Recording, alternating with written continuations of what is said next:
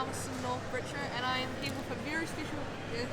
Hey everyone. This is Bilsy from James, how are you? This is Bilsy from Lego Masters Australia. So how was it? How was your experience? It was, imagine going on holidays, getting paid and playing with Lego. There was no bad point about it at all. Like I got to hang out with some of the Australia's best Lego builders. I got to sit and build and have fun with Lego myself. So it was the best thing ever. And I guess, I mean, in a way it kind of sucks for you guys over here that you miss out on the show. But if it ever comes to New Zealand, do it in a heartbeat. It was the most fun I had. Yeah, and you also got to meet BrickMan. So BrickMan is obviously I heard of him and I've been to a few of his bigger shows. And when you meet him, people are like, oh, he copies off photos, but no, when you meet him, what he knows in Lego, like I learnt from him just from the show. So it was amazing to hang out with BrickMan. It was good. It was fun. Yeah.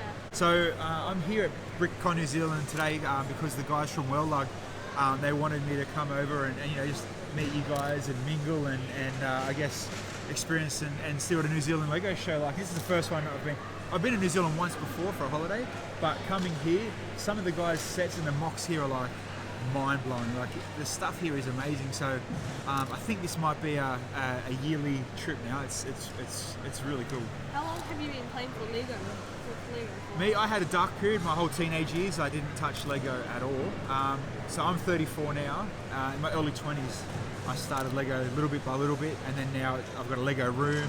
I've got a Lego shed. So yeah, now it's taken over my life. You say this is your first time to Palmerston. Yep. Well, you said that you're going to come here yearly. Do you think you're going to keep doing that? Yeah, I think I'm going to, and I guess the ideal thing would be to come to the BrickCon NZ and actually bring my sets over and maybe display one day as well. Definitely compete with you guys. Yeah, and I also see that there's quite a lot of fans here. Yeah, well, it's crazy to realise that all this way in another country that people have watched the show, and it's spinning me out. That people know who I am. They walk up, hey Bilsy, how are you? So it's kind of like, I'll take the celebrity status. Yeah. Well, thank you for me interviewing you, and we hope to see you next time. So Yeah, thank you. I enjoyed it.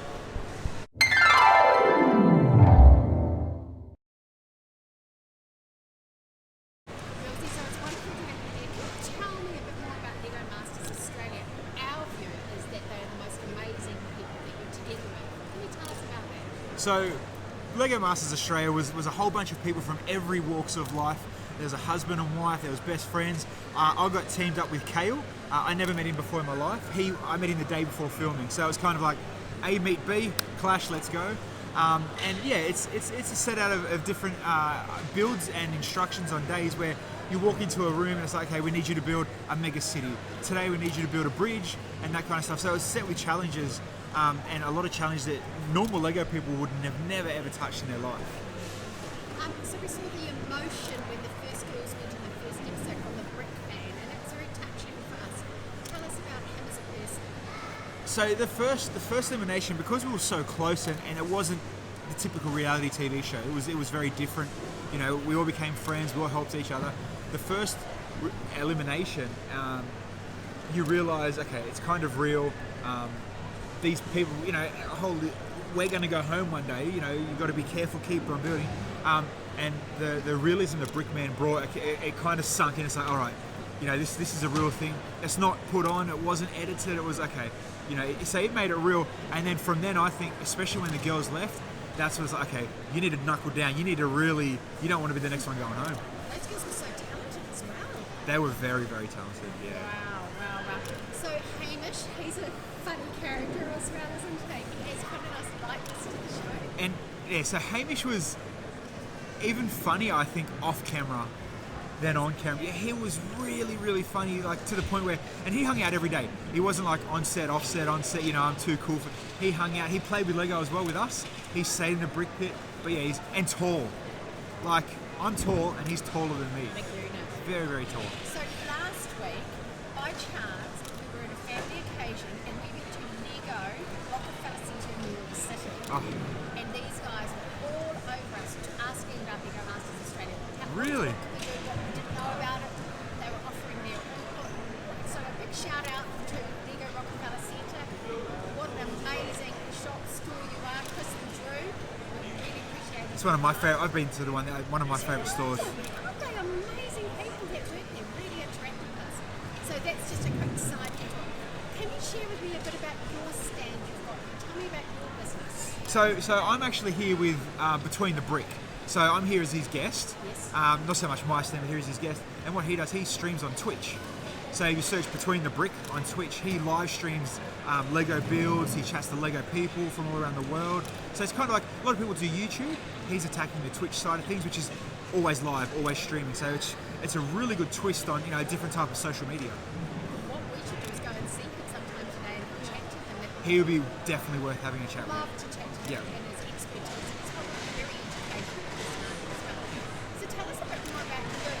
What do you do in your other life other Yeah. than Lego Masters Australia? So back at home on the Gold Coast, I'm a radio announcer and DJ. So I work on the radio at night. So if you're ever in Gold Coast, at night you can listen to me. And I just had a baby as well, so I'm a new dad. So it's all happening for me right now. So tell us about your baby. Yeah, she was born on Valentine's Day. So I flew to the perfect. Her name's Evie. So I've got a little girl called Evie. She's obviously still at home with mum. And I'm touring the world and having fun. And next week I go to Japan. I'm going to BrickFest Japan next week. So Fantastic. So you get flown over for that? So it was a holiday, and then they've extended it for me to go to BrickFest and hang out. And long story short, the guy that is in charge and created Kobe Lug, which is the one that runs BrickFest, is a Kiwi. His name's Edward Knight. So he went over there and started that a few years ago, and is slowly becoming the world's best and biggest Lego show. At Kobe. Yep. Fantastic. We heard that Melbourne was a large Lego show. So yeah, BrickVenture, which is in Melbourne, is Australia's biggest, bar none. Like we've got a lot of good shows in each state, but Melbourne BrickVenture is like, if you ever come to Australia for a Lego show, that's the one you need to come to. Yeah. That's fantastic. So you're a radio DJ at night. And yeah. At night, do you see yourself doing more Lego less radio or paralleling both? So passions? that's a funny question. Where do I see from here? Because I've been on radio now for 10 years, and I've been a DJ for about 16 years. So it's kind of my life. Yeah. But since the show, it's like I like this. This is Lego taking over now. I absolutely love it. Where can I go now down the Lego rabbit hole? It was described to us from somebody from our Lego user, which is orthodox. That's like the old train set people have now gone into Lego. Yeah. Interesting. And it is, and a few people have asked me over the day. It's like, what was your theme or your style that you like to build, or what did you like to build? And I liked different sets, quirky sets, and all that kind of stuff. After the Lego show, for whatever reason, I want to build Wild West now.